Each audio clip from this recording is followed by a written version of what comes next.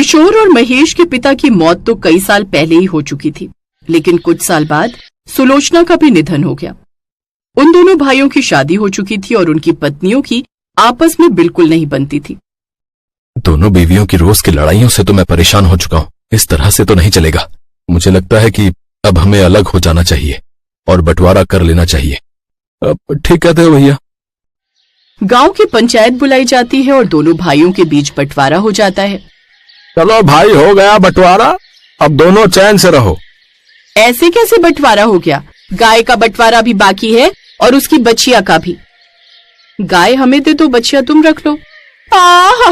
आई बड़ी, गाय दूध देती है इसलिए तू उसे रखना चाहती है, गाय को मैं रखूंगी।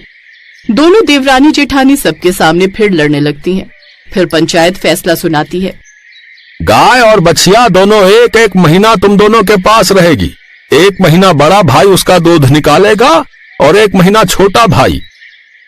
दोनों भाई पंचायत की बात मान लेते हैं और पहले बड़ा भाई किशोर उस गाय जिसका नाम नीलम था उसे अपने साथ ले आया। नीलम एक हृष्ट पुष्ट गाय थी जिसका दूध बहुत गाढ़ा था और गांव में सभी को उसका दूध बहुत पसंद था। इसलिए सुबह शाम किशोर के घर के बाहर ग्राहकों की लाइन लग जाती, जिससे उसे अच्छी कमाई होती। वाह भाई, क्या शानदार दूध देती है तुम्हारी गाय। इसके दूध का स्वाद ही अलग होता है। फिर एक महीने बाद छोटा भाई महेश नीलम को खूंटे से छुड़ाकर अपने घर ले आया। अब किशोर नीलम का दूध निकालकर पैसे कमाने लगा।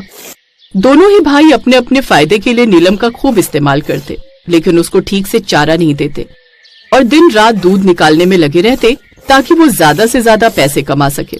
ग्राहकों को दूध देने के बाद नीलम अपनी बच्चिया मीरा को अपना दूध पिलाती, लेकिन ठीक से चारा न मिलने के कारण और दिन रात दूध निकाले जाने के कारण नीलम काफी कमजोर हो गई और अब वो बीमार रहने लगी। फिर एक रोज उसकी मौत हो गई। माँ, तुम मुझे छोड़कर क्यों चली गई? अब मैं तुम्हारे बिना कैसे रहूंगी? इन जालिमों ने तुम्हारे साथ बहुत बुरा किया है। अपने मतलब के लिए इन्होंने तुम्हारा खूब इस्तेमाल किया है। नहीं, अब मैं यहाँ नहीं रहूंगी। अगर मैं यहाँ रही तो ये मेरे बड़े होने पर मेरे साथ भी यही सब करेंगे। फिर मौका मिलते ही मीरा बच्चिया वहाँ से भाग गई। वो उस गांव से निकलकर जंगल के रास्ते दूसरे गांव में जाने लगी, जहाँ उसे ऋषभ नाम का एक बछड़ा मिला, जिसे मीरा ने सारी बात बताई।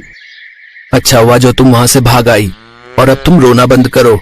अब मैं तुम्हारा दोस्त बन गया हूँ ना, तो अब मैं तुम्हें कभी रोने नहीं दूंगा। ऋषभ और मीरा एक दूसरे के अच्छे दोस्त बन गए। एक रोज वो जंगल में नदी किनारे पानी पीने गए। तभी वहाँ पड़ोस के गांव के दो बच्चे बकरियां चराने आए हुए थे। उन दोनों को देख अनु ने कहा, देखो ना मनीष, ये कितनी सुंदर बच्चिया है। शुक्रिया। अरे ये तो बोलने वाली बच्चिया है। क्या नाम है तुम्हारा? मेरा नाम ऋषभ और इसका नाम मीरा है। हम दोनों दोस्त हैं और हम इसी जंगल में रहते हैं। वाह, ये तो कमाल हो गया। बोलने वाली बच्चिया और बछड़ा तो हम पहली बार देख रहे हैं। तुम दोनों तो बहुत प्यारे हो, लेकिन इस जंगल में तो बहुत से जानवर भी रहते हैं। तुम्हारा यहाँ रहना ठीक नहीं। क्या तुम दोनों हमारे दोस्त बनोगे और हमारे साथ हमारे गांव चलोगे? हाँ, क्यों नहीं। वो दोनों उन दोनों को अपने साथ अपने गांव ले आए।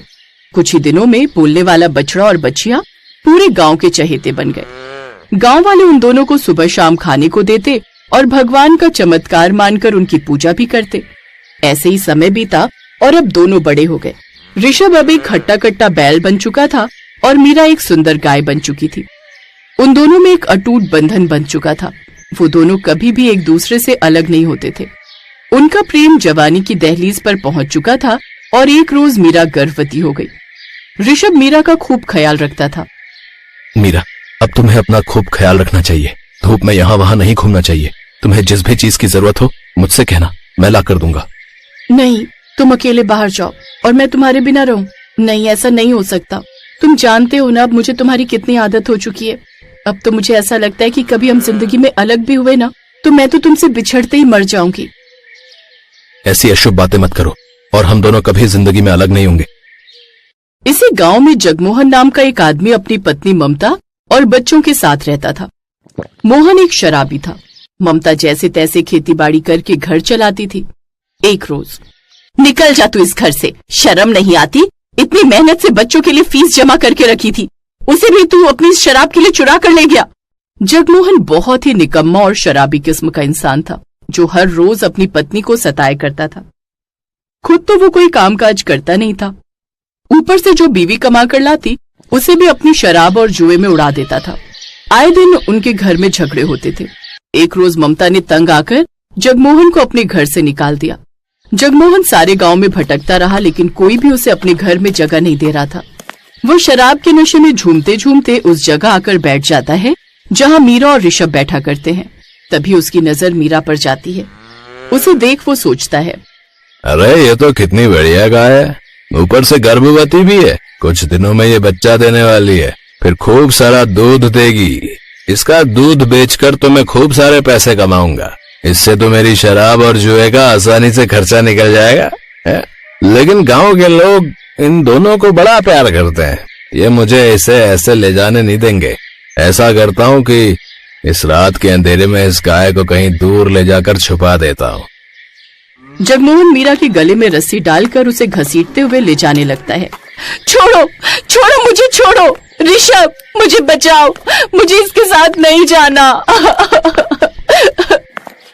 कहाँ लेकर जा रहे हो मेरी मीरा को? छोड़ो इसे, छोड़ो। ऋषभ मीरा को बचाने की कोशिश करता है, लेकिन जगमोहन एक मोटे डंडे से ऋषभ पर वार करने लगता है और उसकी खूब पिटाई करता है। डंडे की मार से ऋषभ के शरीर पर जख्म पड़ जाते हैं और वो बेहोश होने लगता है।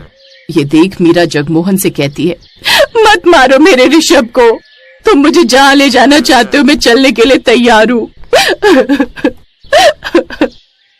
जगमोहन मीरा को जंगल के पास पत्थरों वाली गुफा में छुपा कर रख देता है। देख मीरा, अब तू चुपचाप यहाँ पर बैठ। अगर तू शांत रहेगी तो मैं तुझे अच्छा चारा खिलाऊंगा। फिर तुम मुझे खूब सारा गाढ़ा दूध देना, जिसे बेचकर मैं अपनी जरूरतें पूरी करूंगा। अगली सुबह गांव वालों की नजर लहूलुहान ऋषभ बैल पर जाती है। गांव वाले उसकी मरहम पट्टी करते हैं। ऋषभ रोते हुए सबसे कहता है, मुझे मेरी मीरा चाहिए, नहीं तो मैं अपनी मीरा के बिना जिंदा नहीं रहूंगा। तुम चिंता मत करो ऋषभ, हम तुम्हारी मीरा को जरूर ढूंढ कर ले आएंगे। सभी गांव वाले मीरा को ढूंढने लगते हैं। तभी एक दूध वाला धीरज गांव वालों को आकर बताता है, अरे मैं कह रहा हूँ, मैंने कल रात को जगमोहन को जो है एक गाय के साथ उसे उस गुफा में जाते हुए देखा है। गांव में मीरा के लिए सब परेशान थे, तो वहीं गुफा में बैठी मीरा लगातार ऋषभ को याद करके रोती रहती है। मुझे तुम्हारी बहुत याद आ रही है ऋषभ, मुझे नहीं पता अब हम दोनों कभी मिल भी पाएंगे या नहीं। कुछ ही देर में सब गांव वाले उस गुफा में पहुंच जाते हैं, जिन्हें देख जगमोहन घबरा जाता है। अरे तुम सब यहाँ कैसे? मुझे नहीं पता था तुम इस हद तक गिर जाओगे। गांव वालों, तुम इस आदमी को जो सजा देना चाहते हो दे सकते हो, क्योंकि इसने दो प्यार करने वालों को अलग करने की कोशिश की है। नहीं, मुझे माफ कर दो, मैं फिर कभी ऐसी गलती नहीं करूंगा। जगमोहन काका, आपको बिल्कुल भी शर्म नहीं आई इन दोनों को अलग करते हुए? ऊपर से ऋषभ पर आपने कितनी बुरी तरह से हमला किया है। सच में बहुत ही बुरे हो तुम। अरे इसे तो जितना मारो उतना कम है साले को। सभी गांव वाले मिलकर जगमोहन की खूब पिटाई करते हैं। ऋषभ मीरा को अपने सामने देख बहुत खुश होता है। मीरा, तुम ठीक हो ना? और हमारा बच्चा वो भी ठीक है ना? हाँ, हम दोनों ठीक हैं। आज मैं बहुत खुश हूँ जो तुम मुझे वापस मिल गए। मैंने तो सोचा था मैंने तुम्हें खो ही दिया। आज के बाद मैं तुमसे कभी अलग नहीं होंगी। इतना प्यार तो इंसानों के बीच भी नहीं होता जितना इन दो जानवरों के बीच है। बिल्कुल ठीक कहा तुमने बेटी। मैं तो कहती हूँ ये दोनों एक दूसरे से कभी अलग नहीं होने चाहिए, इसीलिए हमें इन दोनों की शादी करवा देनी चाहिए। इन दोनों को शादी जैसा सम्मान मिलना चाहिए, ताकि ये दोनों 7 जन्मों तक एक दूसरे से अलग ना हो पाए। सुना तुम दोनों ने? अब हम सब गांव वाले मिलकर तुम दोनों की शादी करवाएंगे, और मैं तो भाई बाराती बनकर आऊंगा ऋषभ की बारात में नाचते हुए। हाँ, और मैं मीरा को बिल्कुल दुल्हन की तरह अपने हाथों से सजाऊंगी। कुछ समय बाद सभी गांव वाले मिलकर उन दोनों की शादी करवा देते हैं, साथ ही उनके लिए एक घर भी बना देते हैं। फिर मीरा एक बच्चे को जन्म देती है, जिसे सभी गांव वाले खूब प्यार करते हैं। अब सब लोग उन तीनों का अपने परिवार के सदस्य की तरह अच्छे से ध्यान रखते।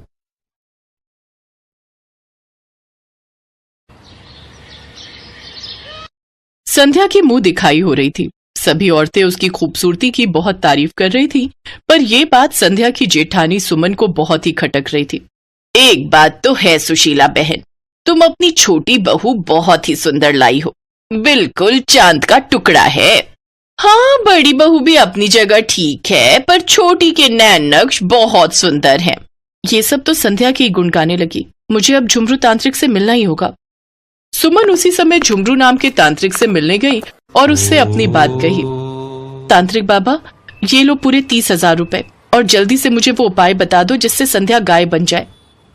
अच्छा, तो तुमने मन बना लिया है कि अपनी देवरानी को गाय बनाकर ही रहोगी। ठीक है, तो तुम ये जादुई कील अपनी देवरानी के सिर में घोंप देना। बस तुम्हारी देवरानी गाय बन जाएगी। उसके बाद वो तब तक वापस अपने रूप में नहीं आएगी जब तक ये कील उसके सर से निकाला नहीं जाएगा। ठीक है तांत्रिक बाबा, मैं ये कील ले जाती हूँ, बस मेरे पैसे वसूल हो जाए। सुमन झुमरू तांत्रिक से कील लेकर घर आ जाती है और मौका देखकर अपने काम को अंजाम दे देती है। देवर जी, संध्या आपका कमरे में इंतजार कर रही है। आज तो आप दोनों की सुहाग रात है। जल्दी से कमरे में जाओ, नहीं तो देवरानी जी नाराज हो जाएंगी। क्या भाभी, आपको भी बस मजाक सोचता है। जा रहा हूँ। सुमन मन ही मन मुस्कुरा रही थी, पर अचानक सूरज के शोर से सब घबरा गए। सब लोग सूरज के कमरे में जाते हैं और वहां पर संध्या की जगह एक गाय को देखकर घबरा जाते हैं। अरे, मेरे कमरे में ये गाय कैसे आ गई? और संध्या कहाँ है? हे राम, ये गाय कहाँ से आई? अरे अरे, आज तो देवर जी की सुहाग रात है और उनके कमरे में ये गाय कैसे आ गई? पर संध्या कहीं दिखाई नहीं दे रही। पता नहीं, मैं अभी कमरे में ही आया तो देखा कि ये गाय यहाँ खड़ी है और संध्या मुझे दिखाई ही नहीं दी। सब लोग घर में इधर उधर देखते हैं, पर कहीं भी संध्या का पता नहीं चलता। सूरज निराश होकर कमरे में आ जाता है। सब लोग उस गाय को कमरे से बाहर निकालने की कोशिश करते हैं, पर वो गाय वहां से हिल ही नहीं रही थी। एक तो पहले ही संध्या बहू कहीं दिखाई नहीं दे रही, ऊपर से ये गाय भी इस कमरे से बाहर नहीं जा रही। माँ रुको, मैं इसे बाहर लेकर चलता हूँ। सूरज उस गाय को थोड़ा प्यार करता है और कमरे से बाहर ले जाने लगता है। तभी उसके हाथ में वो कील अटक जाती है जो गाय के सिर में घुसी हुई थी। नहीं नहीं देवर जी, राम जाने किसी ने टोना टोटका किया होगा। ऐसे आप कील को मत छुओ। क्यों माँ जी, मैं सही कह रही हूँ ना? हाँ, सुमन बहू ठीक कह रही है। इस गाय को घर के बाहर छोड़ो और संध्या को ढूंढो। हमारी नई नवेली बहू इतनी रात में कहाँ गायब हो गई? मुझे तो उसकी चिंता हो रही है। सबका मन खराब हो जाता है। सब चिंता में थे, पर सुमन तो मन ही मन हंस रही थी। बड़ी आई थी सुहाग रात मनाने, लो मन गई सुहाग रात। पत्नी गाय की सुहाग रात। गाय धीरे धीरे चलकर सूरज के पास आती है और अपना सिर हिलाती है। सूरज को लगता है कि गाय को उस कील से सचमुच दर्द हो रहा है। मुझे लगता है मुझे इस गाय के सर से कील निकाल देनी चाहिए। ये तभी मुझे बार बार कुछ कहने की कोशिश कर रही है। शायद ये इस कील की ओर इशारा कर रही है। सूरज से रहा नहीं गया और उसने खींचकर गाय के सिर में लगी कील निकाल दी। कील निकलते ही संध्या वापस अपने रूप में आ गई और सब चौंक गए। ये सब क्या है संध्या? तुम गाय कैसे बनी?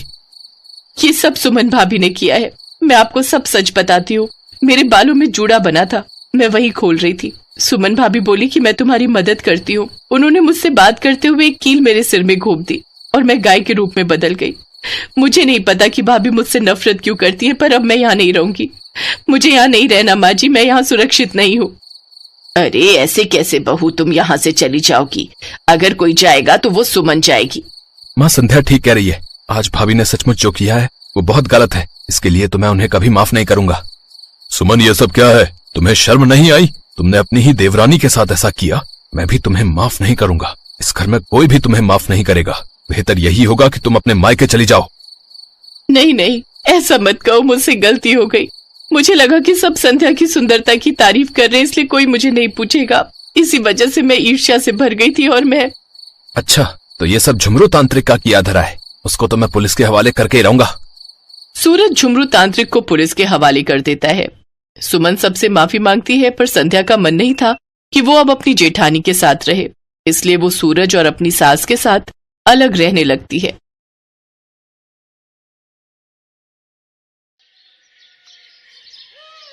राजेश नाम का एक ऑटो वाला ऑटो चलाया करता था। उसकी बीवी शीतल और 7 साल का बेटा राजू था। वो अपने परिवार के साथ हंसी खुशी जिंदगी बसर कर रहे थे। अजी, सुनती हो? हाँ, आ रही हूँ अभी। देखो मैं तुम्हारे लिए क्या लेकर आया हूँ। हाँ बोलिए, क्या हुआ? और इस पैकेट में क्या है? खुद ही देख लो। ये लो, खोलो। इसमें तो साड़ी है जी। हाँ, पता है मुझे। ये साड़ी किसके लिए है? अरे मेरी प्यारी बीवी, ये तुम्हें दी है तो तुम्हारी हुई ना। ये तो बहुत प्यारी है, पर इसकी क्या जरूरत थी? इतना तो हम पैसा बचा भी नहीं पाते, और ये फालतू के खर्चे क्यों किए आपने? अरे पगली, मैं वैसे भी तुझे कहाँ कुछ दे पाता हूँ, एक साड़ी ही तो है। तू कभी कुछ नहीं मांगती मुझसे। आज थोड़ा धंधे में मुनाफा हुआ तो सोचा आज तेरे लिए एक साड़ी ले चलता हूँ। बहुत दिन से तुझे कुछ दिया ही नहीं। मैं जानती हूँ हालातों को, तभी तो आपसे कुछ नहीं मांगती। चल अब ये बेकार की बातें बंद कर और इसे पहन कर दिखाओ, देखूं तो इसमें मेरी बीवी कितनी सुंदर दिखती है। शीतल साड़ी पहनने अंदर चली जाती है और थोड़ी देर में साड़ी पहनकर बाहर आती है। आहा, देखा साड़ी कितनी सुंदर लग रही है तुझ पर, ये रंग तुझ पर बहुत खिल रहा है। इसी तरह हंसी खुशी से दिन बीत रहे थे। अचानक से राजेश की पत्नी शीतल बीमार हो जाती है और डॉक्टर की फीस और दवाइयां देते देते राजेश को अपना ऑटो बेचना पड़ जाता है। अब तो मेरे पास पैसे भी खत्म हो गए और शीतल की तबीयत में कोई सुधार भी नहीं हो रहा। अब पैसे कहाँ से आएंगे? शीतल को इस हालत में नहीं देखा जाता। ऐसा करता हूँ, अपना ऑटो बेच देता हूँ। राजेश ये सोचकर अपनी ऑटो लेकर एक दुकान पर पहुंचता है। भाई, मुझे ये ऑटो बेचना है। क्यों भाई, इस ऑटो में कोई खराबी है? ऑटो में कोई परेशानी नहीं है, मुझे पैसों की सख्त जरूरत है। मेरी बीवी बहुत बीमार है और मुझे पैसों की जरूरत है, इसलिए मुझे ऑटो बेचना पड़ रहा है। अरे भाई, अगर ऑटो बेच दोगे तो घर का खर्चा कैसे चलाओगे हैं? हाँ, पर बीवी की तबीयत भी तो देखनी है। उसकी दवाइयों के लिए मेरे पास पैसे नहीं है और मुझे कुछ समझ में नहीं आ रहा है कि अब क्या करूं। अरे भाई, एक काम कर सकते हैं आप, ऑटो बेचकर एक रिक्शा ले लो, जिससे कुछ पैसे भी मिल जाएंगे और तुम घर चलाने के लिए रिक्शा भी ले लोगे। क्या समझे? बात तो तुम सही कह रहे हो भाई। राजेश बात मान जाता है। राजेश ऑटो बेचकर एक रिक्शा ले लेता है और दिन रात उस पर मेहनत करता है। वहाँ राजेश की पत्नी की तबीयत अचानक खराब हो जाती है और वो उसे हॉस्पिटल लेकर जाता है। डॉक्टर साहब, मेरी पत्नी को एक बार देख लीजिए, उसकी तबीयत बहुत खराब है। ठीक है, इसे मेरे केबिन में लेकर आओ। राजेश शीतल को डॉक्टर के केबिन में लेकर जाता है।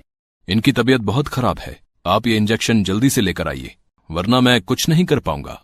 राजेश के पास पैसे नहीं थे। थोड़े से पैसे लेकर राजेश दवाई की दुकान पर जाता है और इंजेक्शन लेने के लिए पैसे देता है। इनमें 10 रुपए कम है। भाई, मुझे इंजेक्शन दे दो, मेरी बीवी की तबीयत बहुत खराब है। पहले 10 रुपए लेकर आओ। प्लीज मुझे ये इंजेक्शन दे दो, नहीं तो मेरी बीवी मर जाएगी। भाई, मेरे पास यही पैसे हैं और मुझे इंजेक्शन की बहुत जरूरत है। राजेश उसी दुकान के सामने रोने लग जाता है। उस दुकान वाले से रोते रोते अपनी बीवी के लिए इंजेक्शन मांग रहा होता है, लेकिन वो दुकान वाला बहुत लालची था। वो राजेश को वहाँ से भगा देता है। अरे कुछ भी करो, मुझे 10 रुपए दो तभी इंजेक्शन मिलेगा, वरना निकलो यहाँ से। राजेश बिना इंजेक्शन के ही वापस आ जाता है और उसकी बीवी का देहांत हो जाता है। राजेश अपने बेटे के साथ रहने लगता है। उधर दुकानदार, जिसका नाम विपिन था, जहां राजेश के पास पैसे न होने पर उसने राजेश को धक्का देकर भगा दिया था, वो एक बहुत ही लालची दुकानदार था। वो दवाइयों से बहुत पैसा कमाता था, इसीलिए उसने अपनी बहुत जायदाद कर ली थी। आजकल धंधे में बहुत कमाई हो रही है, हर माल में मुनाफा हो रहा है। अब एक काम करता हूँ कि एक प्लॉट और ले लेता हूँ। हाँ। विपिन घर पहुँचता है और प्लॉट लेने की सोचता है। पापा पापा। तभी विपिन को अपने बेटे की आवाज सुनाई देती है और भागकर जाता है तो देखता है कि उसका बेटा जमीन पर बेहोश पड़ा है। वो अपने बेटे को लेकर अस्पताल पहुंचता है। अब डॉक्टर साहब देखो, अब मेरे बेटे को क्या हो गया है? ये बेहोश कैसे हो गया? पता नहीं, जब मैं इसके पास गया तो ये बेहोश पड़ा हुआ था। मुझे इसका चेकअप करना होगा। डॉक्टर उसका चेकअप करता है तो वो विपिन को बताता है। अब क्या हुआ डॉक्टर? मेरा बेटा ठीक तो है? नहीं। क्या हुआ डॉक्टर? आप जरा तसल्ली रखें। अब क्या बात है डॉक्टर साहब, ऐसा आप क्यों कह रहे हैं? मुझे बहुत दुख के साथ कहना पड़ रहा है कि आपके बेटे को कैंसर है। विपिन के पैरों तले जमीन खिसक जाती है और अब संभालिए अपने आप को। ये क्या कह रहे हो डॉक्टर साहब? ऐसा कैसे हो गया? ये सच है विपिन जी। अब क्या कर सकते हैं? मेरा बेटा ठीक तो हो जाएगा ना? हाँ, उसके लिए कुछ महंगी दवाइयां जरूरी हैं और कुछ टाइम इलाज करना पड़ेगा और आपको थोड़ा सब्र रखना पड़ेगा। विपिन अपने बेटे का इलाज करवाना शुरू कर देता है। इस इलाज में बहुत पैसा लगाता है पर उसका बेटा ठीक नहीं होता। एक दिन उसके बेटे की तबीयत ज्यादा खराब हो जाती है तो डॉक्टर उसे दवाई लेने के लिए भेजते हैं। जैसे ही दवाइयों की दुकान पर जाता है, दवाई मांगता है। अब भाई मुझे ये दवाई जल्दी से दे दो। ये दवाई तो बहुत महंगी है, क्या तुम्हारे पास इतने पैसे हैं? विपिन अपनी सारी जमीन जायदाद गंवा चुका था उसके इलाज में। अब उसके पास कुछ भी नहीं था, सिर्फ चंद रुपयों के अलावा। वो अपने सारे पैसे उसको दिखाता है और कहता है कि मेरे पास ज्यादा नहीं है, बस यही रुपए हैं। इतने में दवाई नहीं आएगी, 100 रुपए और चाहिए।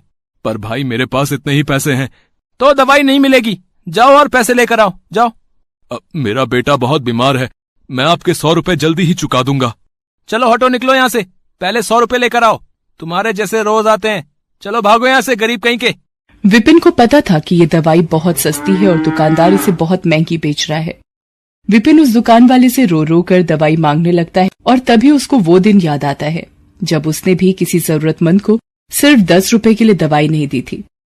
वो अपनी गलती मानता है और समझ जाता है कि करनी का फल तो भुगतना ही पड़ता है और विपिन बहुत रोता है। तभी दुकान वाला विपिन की हालत देख उसके पास आता है और उसको दवाई दे देता है। विपिन को दवाई के कारण अब बहुत देर हो चुकी होती है। अब कुछ देर में अस्पताल नहीं पहुंचा तो उसके बेटे का बचना मुश्किल था। विपिन भागते हुए जाने लगता है, लेकिन उसे पता था कि वो ऐसे नहीं पहुंच पाएगा, इसलिए कई लोगों से अस्पताल छोड़ने को कहता है, लेकिन उसके पास पैसे न होने पर कोई भी उसको अपनी गाड़ी में नहीं बिठाता। अगर मैं जल्दी ही अस्पताल नहीं पहुंचा तो मेरा बेटा। जब वो जा रहा होता है तो उसे ठोकर लगती है और वो गिरने लगता है।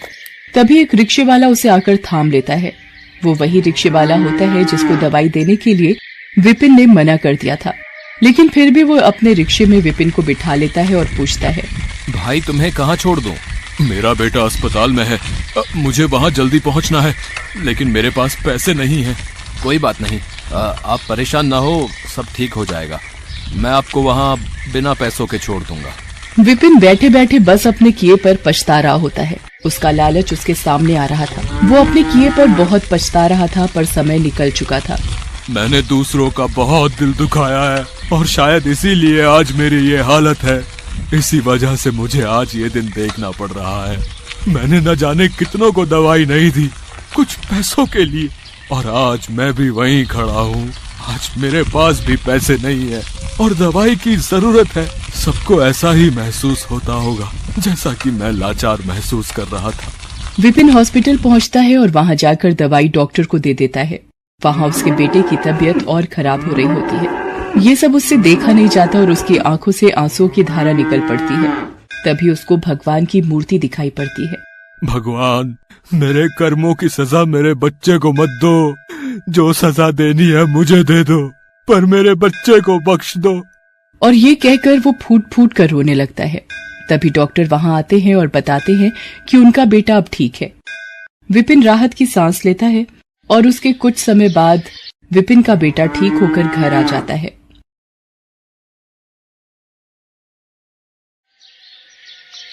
ममता के पति की मौत हो गई थी।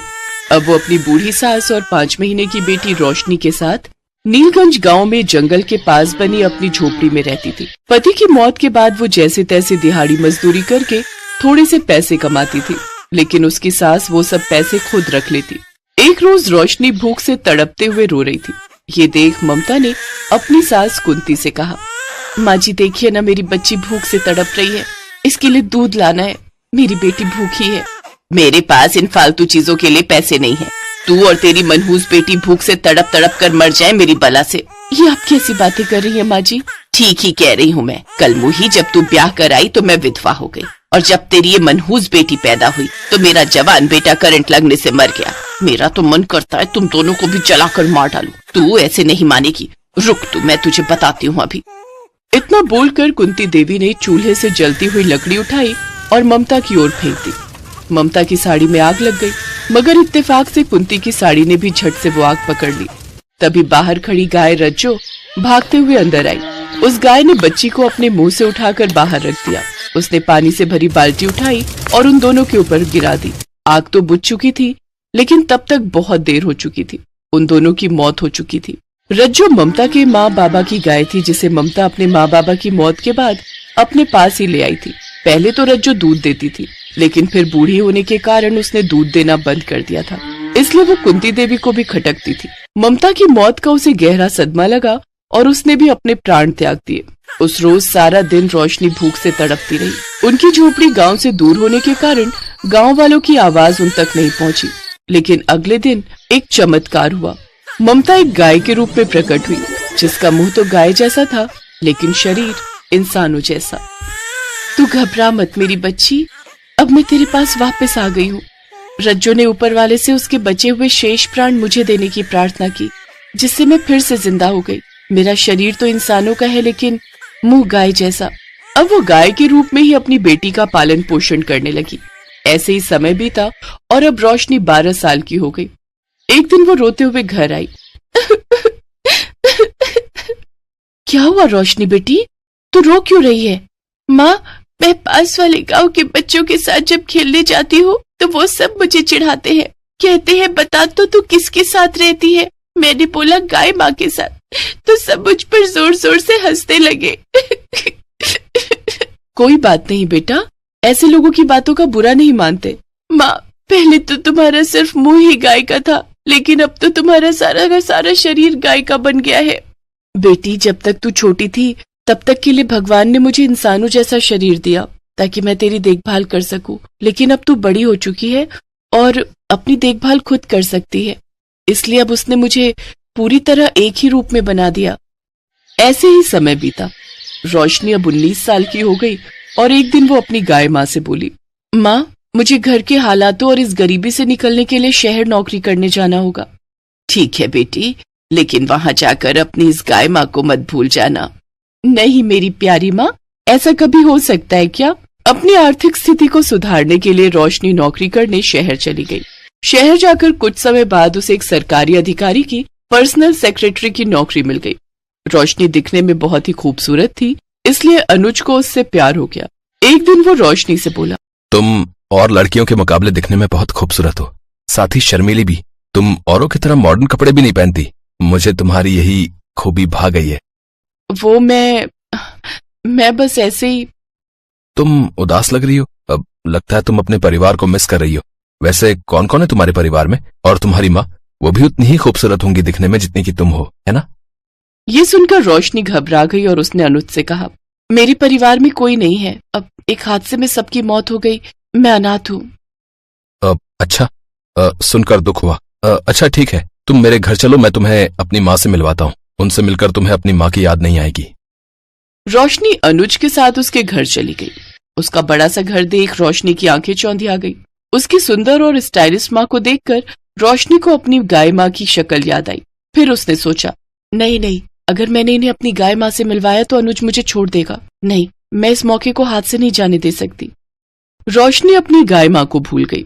अनुज और रोशनी की शादी हो गई। अनुज एक बड़ा कलेक्टर बन गया। 5 साल बाद उसका तबादला नीलगंज गांव में ही हो गया। कार में जाते हुए रोशनी जंगल के पास बनी अपनी उस टूटी फूटी झोपड़ी को देखने लगी। क्या हुआ रोशनी, तुम इस झोपड़ी को क्यों देख रही हो? कुछ नहीं, वो ऐसे ही कुछ याद आ गया। अनुज अपनी पत्नी रोशनी के साथ सरकारी बंगले में रहने चला गया। ऐसे ही कुछ दिन बीते। एक रोज छुट्टी वाले दिन अनुज अपने बगीचे में पानी दे रहा था कि तभी वहाँ गाय आ गई। ओफो, ये गाय कहाँ से आ गई? मुझे तो इन जानवरों से सख्त नफरत है। ये कहकर अनुज ने डंडा उठाया और उस गाय को मारने लगा। दर्द के मारे वो गाय वहाँ से चली गई। अनुज ने अंदर जाकर ये बात रोशनी को बताई। ये सुनकर रोशनी गुस्से में आ गई। फिर शाम को वो छुपते छुपाते जंगल में बनी उस झोपड़ी में गई। रोशनी को अपने सामने देख वो गाय माँ फूट फूट कर रोने लगी और रोते हुए बोली, बेटी, क्या इसीलिए मैं मरकर भी वापस तेरी परवरिश करने लौटी थी, ताकि तू मुझे ये दिन दिखाए कि तू मुझे भूल जाए, और अपनी इस गाय माँ को माँ बताने में तुझे शर्म आती है। मेरा तुमसे कोई रिश्ता नहीं है, और हाँ, दोबारा मेरे घर मत आना, समझी? ये कहकर रोशनी वहां से चली गई। लेकिन गाय माँ रोज रोज अपनी बेटी को देखने के बहाने वहां पहुंच जाती और अनुज गुस्से में उसे खूब मारता। एक रोज उसे अनुज मार ही रहा था कि तभी रोशनी गुस्से में वहां आई और बोली, अब बस भी करो, क्यों रोज रोज जलील होने चली आती हो? वो ये कही रही थी कि तभी झाड़ियों से एक सांप आया और उसने रोशनी को डस लिया। ये देखकर अनुज घबरा कर भागने लगा। हे भगवान, मेरी बेटी को बचा लो। फिर गाय माँ ने जल्दी से उसका सारा जहर चूस लिया। वो तड़पते हुए वहीं गिर गई, लेकिन रोशनी को होश आ गया। वो उठ खड़ी हुई। उसने अपनी माँ को ऐसे देखा तो रोने लगी। तभी अनुज भी 2 आदमियों को लेकर वहां पहुंचा। ये क्या? माँ आपने मेरी जान बचाने के लिए अपनी जान दे दी। बेटी, मर तो मैं कई साल पहले ही गई थी, लेकिन तेरी परवरिश के कारण मैं इस दुनिया में वापस गाय का रूप लेकर आई थी। मैं तुझसे बहुत प्यार करती हूँ, फिर मैं तुझे कैसे अपनी आंखों के सामने मरने देती। रोशनी की आंखों से पश्चाताप के आंसू बहने लगे। ये नजारा देख अनुज की आंखों में भी आंसू आ गए। फिर कुछ ही पल में गाय माँ ने अपना दम तोड़ दिया। रोशनी उस रोज खूब रोई। फिर अनुज के साथ उसने अपनी गाय माँ का अंतिम संस्कार किया। ऐसे ही 2 साल बीत गए, लेकिन आज भी रोशनी अपनी उस गाय माँ को याद कर खूब रोती है और याद आने पर अपनी उस झोपड़ी में जाकर समय बिताती है, जहां आज सिर्फ वो खाली झोपड़ी थी, लेकिन उसमें रहने वाली उसकी गाय माँ नहीं।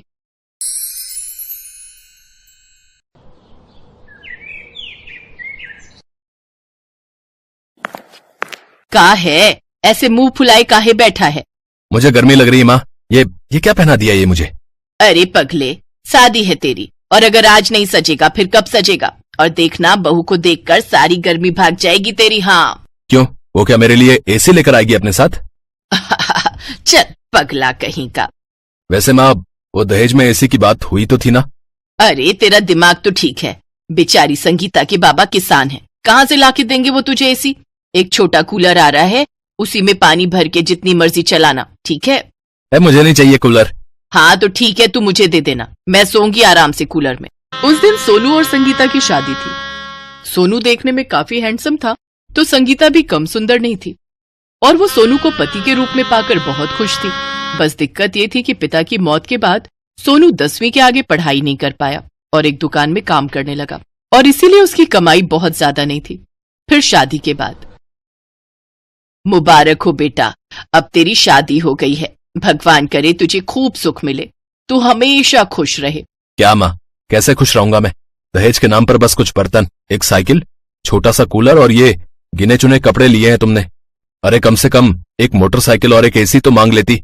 तेरे एसी की ऐसी की तैसी, तुझे समझाया था ना। और वैसे भी हमें दहेज नहीं, एक अच्छी पत्नी चाहिए थी तेरे लिए, जो तुझे मिल गई है, समझा?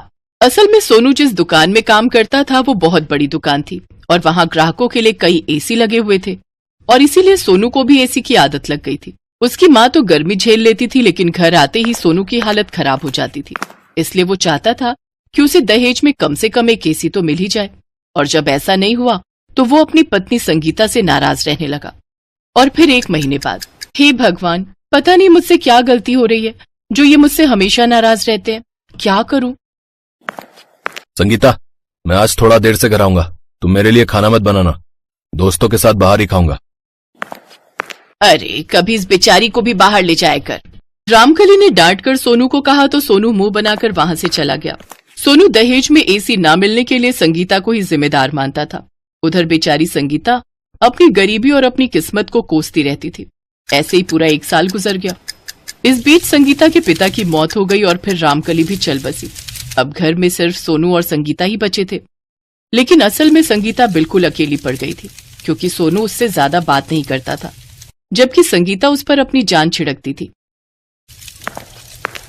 नाश्ता तैयार है? हाँ जी तैयार है। ठीक है, मैं नहाने जा रहा हूँ। 1 मिनट रुक जाइए, अब मैं कुएं से आपके लिए ठंडा पानी निकाल लाती हूँ। बाथरूम में बहुत गर्म पानी आ रहा होगा। अगर मेरी इतनी चिंता होती तो अपने बाबा से कहकर एक एसी ही ले आती मेरे लिए दहेज में।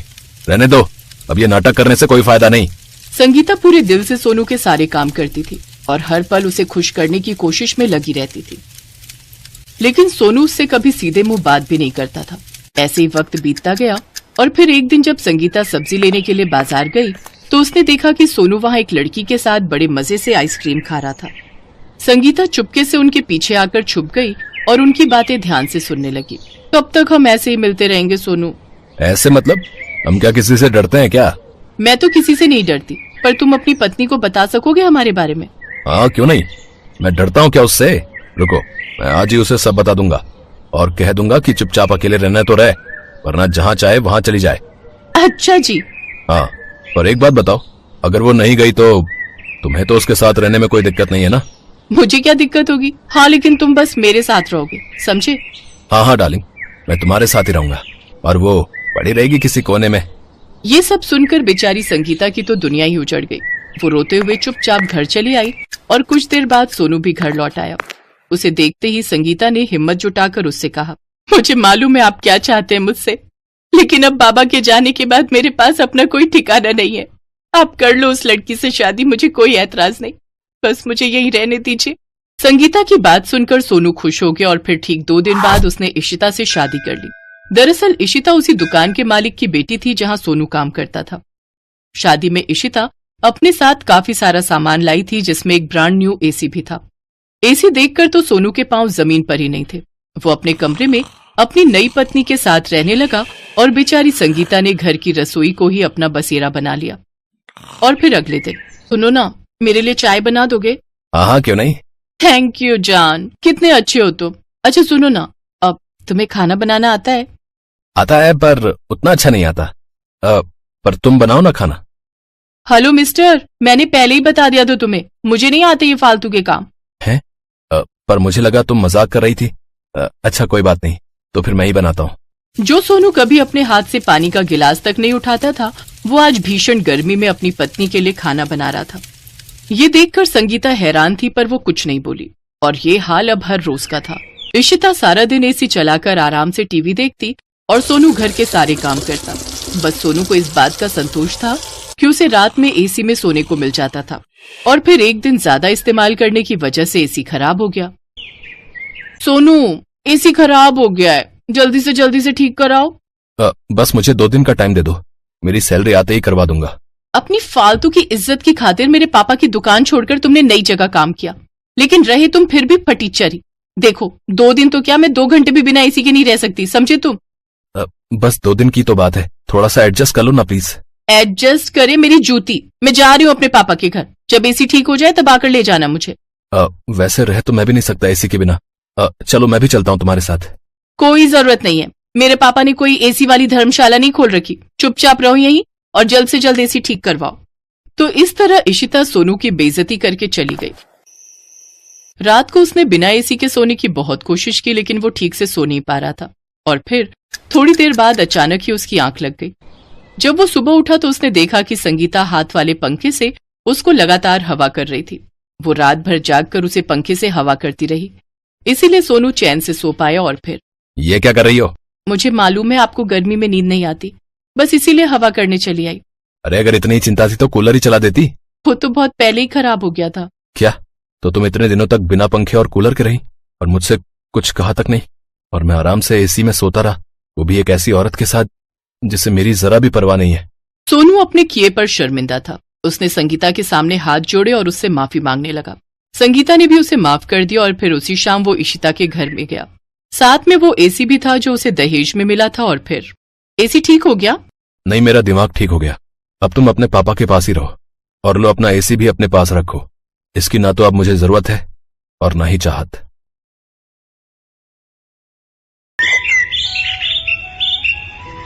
देखिए, मैंने आपको पहले ही कहा था कि इनका ख्याल रखिए, वरना मौसम बदलते ही इनकी तबीयत और खराब हो जाएगी। जी, अब मैं क्या करूं डॉक्टर साहब? तुम बस इनका ख्याल रखो। इन्हें गर्मी बर्दाश्त नहीं होती है, तो कोशिश करो कि कोई एसी या कूलर वगैरह खरीद लो। डॉक्टर इतना कहकर चला गया और वहां खड़ा कमल रोने लगा। कमल बहुत ही गरीब था। वो मजदूरी करता था और बड़ी मुश्किल से अपना घर चलाता था। कमल के घर में उसकी माँ के अलावा उसकी पत्नी पल्लवी रहती थी। कमल की माँ को गर्मी बिल्कुल बर्दाश्त नहीं हो पाती थी। जरा सी गर्मी बढ़ने पर उनके हाथ पैर सूजने लगते थे और पसीने की वजह से पूरे बदन पर अजीब से धब्बे बन जाते थे। ये हर बार की कहानी थी, लेकिन बढ़ती उम्र के साथ कमल की माँ की हालत अब और ज्यादा खराब होने लगी थी। बस कीजिए, आप इस तरह रोइए मत। रो नहीं तो और क्या करूं पल्लवी? क्या बताऊं डॉक्टर साहब को कि अपनी माँ के लिए एसी तो छोड़ो, एक कूलर तक खरीदने की औकात नहीं है मेरी। इसमें आपकी कोई गलती नहीं है। माँ जी के इलाज के लिए जो कर्ज लिया है उसकी किश्त भी तो आप ही भर रहे हो ना, तभी ये दिक्कत है, वरना तो हर महीने वो किस्तें चुकाने के बाद खाने पीने के खर्च लायक भी पैसे नहीं बचते। और देखो ना, इतना कर्ज लेकर इलाज करवाने का भी कोई फायदा नहीं हुआ। आखिर में माँ की हालत तो पहले से भी खराब होती जा रही है। कमल मजबूर था, इसलिए वो अपने आंसू नहीं रोक पा रहा था। उधर उसकी पत्नी पल्लवी भी ये सब देखकर दुखी थी। कमल तो सुबह होते ही अपने काम पर चला जाता था, पर अपनी सास को गर्मी से बचाने के लिए पल्लवी सारा दिन उनके पास बैठकर उन्हें पंखा झलती रहती, ताकि उन्हें पसीना न आए और उन्हें गर्मी न लगे। पल्लवी का ऐसा प्यार देखकर उसकी सास बिमला की आंखों में आंसू आ जाते। मैंने जरूर पिछले जन्म में कोई अच्छे कर्म किए होंगे जो मुझे कमल जैसा बेटा और तुम जैसी बहू मिली। तुम दोनों मेरी वजह से कितने परेशान हो रहे हो। बस अब तो भगवान मुझे जल्दी से उठा ले तब जाकर। ना माँ जी, ऐसा मत कहिए, आप चली जाएंगी तो हमारा क्या होगा। बेटी तू परेशान मत हो, घंटों से पंखा कर रही है, जाकर आराम कर। नहीं माँ जी, मैं परेशान नहीं हो रही हूँ, बल्कि मुझे तो आपकी सेवा करने का मौका मिल रहा है। हे भगवान, ऐसी बहू सबको दे। कमल और पल्लवी दोनों बिमला की बहुत सेवा करते थे। बिमला को पंखा करते हुए पल्लवी सोचने लगी कि ऐसा क्या किया जाए जिससे उसकी सास के लिए एक एसी का इंतजाम हो जाए। और फिर उसी शाम, सुनिए, आपसे एक बात कहनी थी। हाँ बोलो ना। आप जितने पैसे कमाते हैं उससे तो हम माँ जी के लिए कभी एसी नहीं ले पाएंगे। हाँ तो? मैं सोच रही थी कि इस बार की सर्दियों में मैं भी कुछ काम शुरू कर दूं क्या। आपके पैसों से हम घर के खर्चे चलाएंगे और जो पैसे मुझे मिलेंगे उन्हें हम जमा करेंगे, और भगवान ने चाहा तो दोनों मिलकर अगली गर्मियों से पहले माँ जी के लिए एसी ले ही लेंगे। तुम्हारी सोच तो अच्छी है, पर माँ की सेवा, घर का काम और फिर बाहर का काम भी, तुम कैसे ये सब संभाल पाओगी? उसकी चिंता आप मत कीजिए, आप भी तो दिन रात काम करते हो ना, तो थोड़ी सी मेहनत तो मुझे भी करनी चाहिए। ठीक है, जैसा तुम ठीक समझो।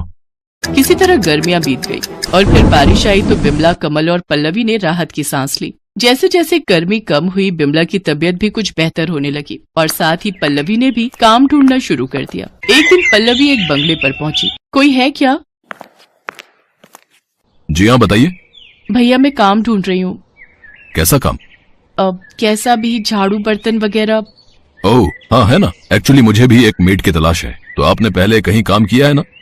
नहीं, पहले तो कहीं काम नहीं किया। अच्छा, चलिए कोई बात नहीं, आप अंदर आ जाओ। पल्लवी घर के अंदर आई तो उसने देखा कि वो एक बड़ा सा हॉल था और वहाँ काफी सामान था, लेकिन सब कुछ पैक रखा हुआ था। आप कहीं जा रहे हैं क्या? नहीं, मैं तो कल ही यहाँ शिफ्ट हुआ हूँ, तो अभी तो सामान खोल कर लगा ही रहा हूँ। अच्छा, तो घर के बाकी लोग कहाँ हैं? मैं अकेला ही हूँ दीदी, मेरी जॉब लगी है यहाँ, परिवार साथ नहीं रहता। राज ने पल्लवी को दीदी कहा तो उसे बहुत अच्छा लगा। राज अकेला है ये सुनकर पल्लवी पहले तो थोड़ा झिझकी, लेकिन फिर उसके दीदी कहते ही उसे अच्छा लगा। राज ने पल्लवी को काम पर रख लिया। अब पल्लवी रोज सुबह सुबह राज के घर आती। उस वक्त तक राज सो रहा होता था। पल्लवी सबसे पहले उसे उठाती, फिर उसके लिए चाय नाश्ता बनाती और फिर पूरे घर की साफ सफाई करती, और इस काम के बदले राज पल्लवी को अच्छे पैसे भी देने लगा। फिर एक दिन, दीदी आप एक काम करो, कल मत आना। क्यों, क्या हुआ भैया? अरे आपको काम करते करते हफ्ता हो गया, तो एक छुट्टी तो बनती है ना हफ्ते में, वरना आपकी सास आपसे नाराज हो जाएंगी। नहीं होंगी भैया, मेरी सास बहुत अच्छी है, कभी मुझ पर नाराज नहीं होती। अब वैसे ठीक है, मैं कल नहीं आऊंगी। बिमला के आराम के लिए कमल और पल्लवी दिन रात मेहनत कर रहे थे। उधर पल्लवी और राज में अच्छी बनने लगी थी। वो राज का पूरा ख्याल रखती थी, बिल्कुल एक बड़ी बहन की तरह। राज भी उससे खूब बातें करता था और उसे बड़ी बहन की तरह ही सम्मान देता था। एक दिन राज ने पल्लवी से पूछा, दीदी आपके पति क्या करते हैं? मजदूरी करते हैं भैया। अच्छा, और आप कब से काम कर रही हो? नहीं भैया, आप पहले हो जिनके यहाँ मैं काम कर रही हूँ, इससे पहले कभी जरूरत ही नहीं पड़ी। तो अब ऐसी क्या मजबूरी हो गई कि आपको घर से बाहर निकलकर काम करना पड़ रहा है? ये बात सुनकर पल्लवी की आंखों में आंसू आ गए और उसने रोते हुए राज को सारी बात बता दी। पल्लवी और कमल का अपनी माँ के प्रति प्यार और सेवा भाव देखकर राज भी भावुक हो गया। ऐसे ही कई दिन बीत गए। पल्लवी और कमल एसी के लिए काफी पैसे जोड़ चुके थे, लेकिन होनी को कुछ और ही मंजूर था। गर्मियाँ एक बार फिर वापस आने वाली थी। ऐसे में बिमला अचानक बेहोश होकर गिर पड़ी। उसे दिल का दौरा पड़ा था, तो जो पैसे दोनों ने एसी के लिए कमाए थे वो सारे के सारे बिमला के इलाज पर खर्च हो गए। और फिर लगता है हम माँ जी के लिए एसी खरीद ही नहीं पाएंगे। हिम्मत रखो पल्लवी, ऊपर वाला हमारी परीक्षा ले रहा है। पर कब तक? 1 महीने बाद फिर गर्मी शुरू हो जाएगी और फिर माँ जी को और ज्यादा परेशानी होगी। कमल चुप था क्योंकि पल्लवी की बात सही थी। फिर अगले दिन पल्लवी राज के यहाँ काम करने गई तो उसने राज से कुछ नहीं कहा, बस चुपचाप अपना काम करती रही। ये देखकर राज समझ गया कि जरूर पल्लवी किसी परेशानी में है। राज के बार बार पूछने पर फिर पल्लवी ने उसे सारी बात बता दी। राज को भी पल्लवी की बात सुनकर बड़ा अफसोस हुआ। और फिर अगले ही दिन, दीदी वो आपसे एक बात कहनी थी। हाँ भैया, बताइए ना। दीदी वो मेरी कंपनी ने मेरा प्रमोशन कर दिया है और उसके लिए मुझे दुबई भेज रहे हैं, तो मुझे अब यहाँ से जाना होगा। ये तो बहुत अच्छी बात है भैया, भगवान करे आप और तरक्की करो। पल्लवी राज की तरक्की से खुश तो थी, लेकिन एक सच ये भी था कि राज के चले जाने से अब उसकी नौकरी भी जाने वाली थी। ये सोचकर पल्लवी और ज्यादा उदास हो गई, लेकिन फिर भी उसने राज से कुछ नहीं कहा। फिर कुछ ही दिनों के बाद, अच्छा दीदी, मैं चलता हूँ। आप एक काम करो, ये कुछ पैसे रख लो। नहीं भैया, मैं ये पैसे नहीं ले सकती। मेरी पगार तो आपने पहले ही दे दी है। मैं जानता था कि आप मुझसे पैसे नहीं लेंगी। चलिए कोई बात नहीं, मैं चलता हूँ। अपना ख्याल रखना दीदी। इतना कहकर राज टैक्सी में बैठकर वहां से चला गया और पल्लवी भी अपने उतरे हुए चेहरे के साथ अपने घर की तरफ चल दी। गर्मियां शुरू हो चुकी थी और पल्लवी की सास की तबीयत फिर बिगड़ने लगी थी। लेकिन तभी कुछ ऐसा हुआ जिसकी उम्मीद पल्लवी को तो बिल्कुल नहीं थी। जी बताइए। मैडम, आपका कोरियर है और ये एक चिट्ठी भी है। नहीं भैया, आपको कोई गलतफहमी हुई है। ये इतना बड़ा डिब्बा हमारा नहीं हो सकता और हमें कोई कुछ क्यों भेजेगा? नहीं मैडम, ये आपका ही है। देखिए, आपके घर का ही पता लिखा है यहाँ पर। कुरियर वाले की बात सच थी। पल्लवी को कुछ समझ नहीं आ रहा था, लेकिन फिर जब उसने उस बड़े से डिब्बे को खोलकर देखा तो उसे अपनी आंखों पर विश्वास ही नहीं हुआ। उसके अंदर बिल्कुल नया एसी था जिसे राज ने उसके लिए खरीदा था। एसी के साथ मिली चिट्ठी को पढ़ते हुए पल्लवी की आंखों से लगातार आंसू बहे जा रहे थे और मन ही मन वो राज को दुआएं दे रही थी।